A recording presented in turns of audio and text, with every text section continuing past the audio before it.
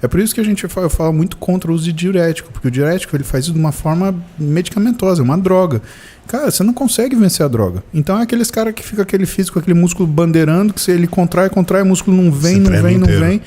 E que, Pior do que isso é quando o cara usa diurético e juntamente com isso corta o sal. Puta! Aí o estrago tá feito. Porque quando... É assim, é muito importante pra galera que tá acompanhando. É muito comum o uso de diurético em reta final de preparação, principalmente em duas situações. Situação número 1, se o atleta não conseguiu chegar na condição física máxima dele a nível de percentual de gordura. Condição 2, se ele está em severa dificuldade para bater peso. É muito comum você pegar 3, 4 dias antes. Mas, quando o preparador é experiente, ele entra com diurético, mas não corta o sal. Ele mantém o sal e mantém a ingestão de água. Porque se ele muda essa combinação, é fatal. É cãibra, é fraqueza nas pernas. O cara não levanta pra treinar. Aí não adianta nada. O cara vai ficar 4 dias sem conseguir treinar. Fala, João. Continuando a linha de raciocínio, ali foi detectado, além desses 2 erros, um erro que era um dos erros mais graves e que foi cometido por mim e por muitas pessoas que competem por anos, ainda eu vejo hoje. Eu com esse meu problema de metabolismo acelerado, logo liguei pro Denis e falei, Denis, eu tô tendo problema muito com cãibra. Posso tomar meu Slow Car?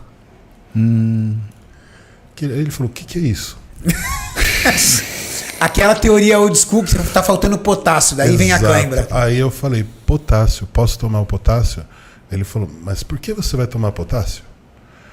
Aí eu peguei e falei, para diminuir a cãibra. Ele falou, se você tomar o potássio, você vai aumentar muito mais a sua chance de ter cãibra. Porque você estava sem sal. Exatamente. Você ia desequilibrar entre sódio e potássio, né?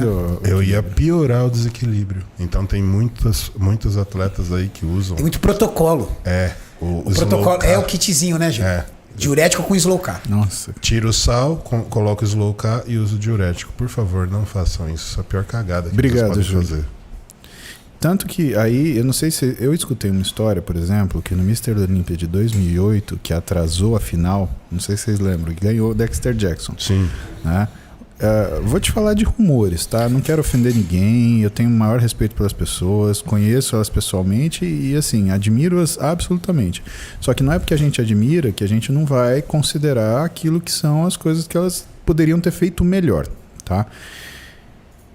A gente fala que o Mr. Olympia de 2018 não foi que o Dexter ganhou, foi que o Jay perdeu. Exato. 2008. Foi isso mesmo. E uma das coisas que é aventada é justamente esse desequilíbrio de sódio que aconteceu, né, por causa de um erro estratégico de finalização. Então, cara, você imagina, se um Olympia ele tá sujeito a uma coisa dessa, não mexe com diurético, cara. Não... Ou se você vai mexer com diurético, que você mexa com um preparador muito experiente. Porque eu já vi preparadores experientes usar o diurético assim, em doses que eu falei, ferrou, velho. Não, e além... Em dose assim... Além de usar o diurético... falar assim, 150 miligramas entre hidroclorotiazida e espirulactona. Quando não 150 miligramas. Usa o pior de todos, o Lasix. Cara, já vi preparadores usar Lasix. Cara, usar Lasix, eu particularmente falo, é brincar. Sabe brincar com álcool no fogo, assim? O cara tem que manjar muito. Porque lamber faca. Cara, eu acho que nem manjar, cara. Se você manja, é uma coisa que você não mexe. Tem algumas coisas que matam fisiculturistas. São 3.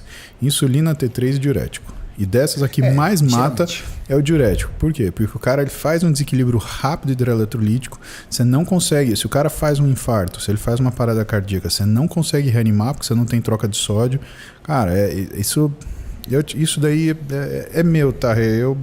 Eu acho que diurético é um negócio... Aí entra o médico, né? Aí entra o médico e o médico fala, não use diurético. Isso daí você vai se lascar e você vai não só comprometer o que é a aparência do seu físico, porque isso daí é um tiro assim, no meio de 1000 você pode acertar, só que você tem 999 para errar. Então você tem que olhar isso daí com muito pragmatismo, né? Só que tem um detalhe, Lúcio.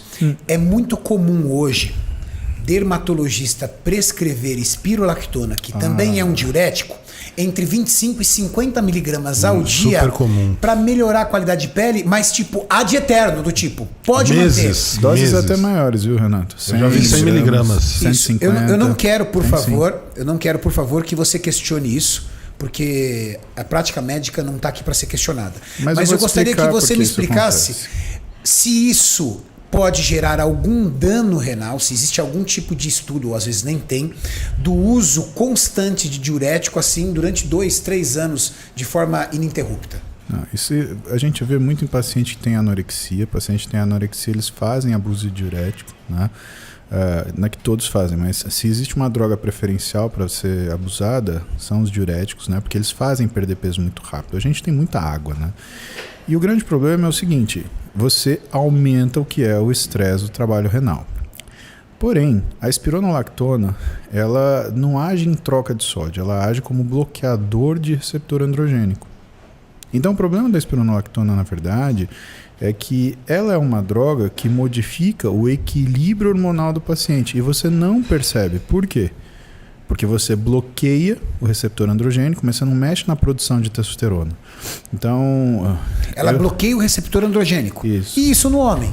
Exatamente. Em funções relacionadas ao hormônio androgênico. Existe. Pode haver algum rebote? Com certeza. E você tem mulher também. Por exemplo, eu vejo o Guilherme, que é dermatologista, que meu irmão atende comigo, e raramente ele usa espironolactona. E quando ele vai usar, ele pergunta antes para mim, da paciente, você tem os últimos exames dela? Porque eu quero entrar com espironolactona porque eu acho que ela está num hiperandrogenismo. E aí a gente senta junto, a gente repassa todos os exames. Sim, tem. A gente calcula uma coisa para mulher que chama índice de androgênios, né, livres.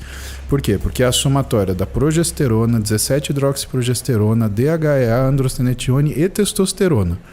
E a quantidade de SHBG, né? Porque ela também é um mediador da quantidade de androgênio. Então, quando você mede o índice de androgênios livres, você entende se essa mulher está em hiperandrogenismo ou não.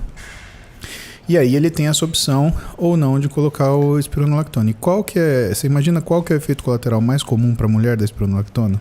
Não tenho ideia. Perda de libido. Eita lasqueira. E aí você está interferindo na vida do casal, cara. Complicado. Então não é uma medicação que você simplesmente toma 100 mg de espironolactona e vamos ver o que dá. Não, você tem que analisar muita coisa, tem que conversar com o paciente, né? O médico ele conversa com o paciente, olha, eu tenho essa medicação aqui, mas você pode ter um efeito colateral que é esse é um efeito colateral que pode ser desagradável para você, eu quero que você fique de olho, mas quando a gente corta a medicação, isso daí tende a voltar, né? Porque o que acontece? Por que o receptor androgênico?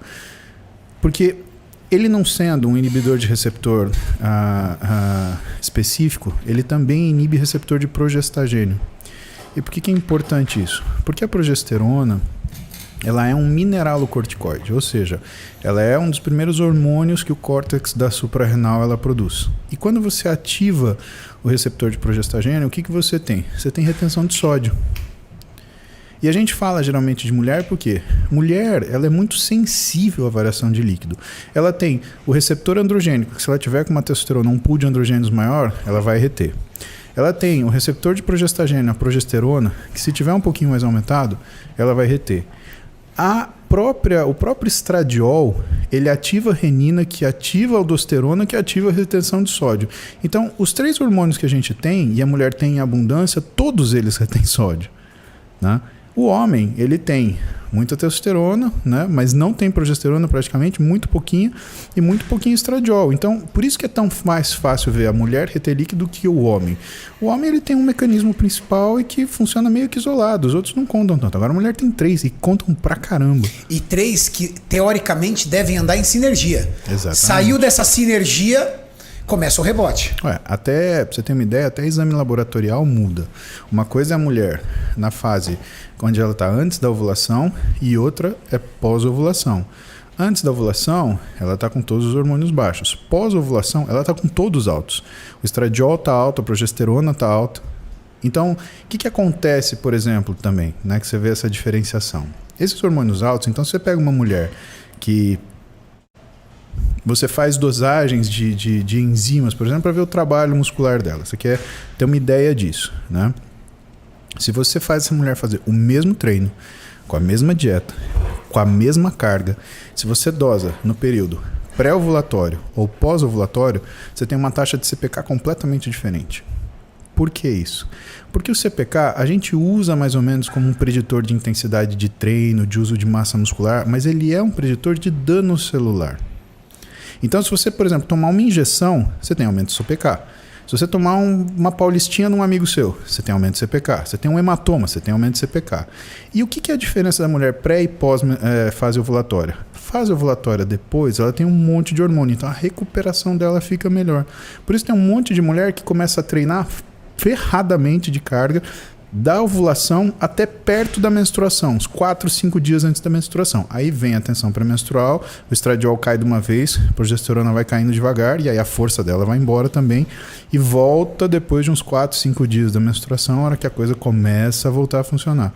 Então até isso a gente leva em consideração, sabe, Renato? Não é uma ciência fácil, cara. E ela é difícil porque ela é dinâmica. Então, além de você saber quem é a pessoa, você tem que entender que momento que ela tá.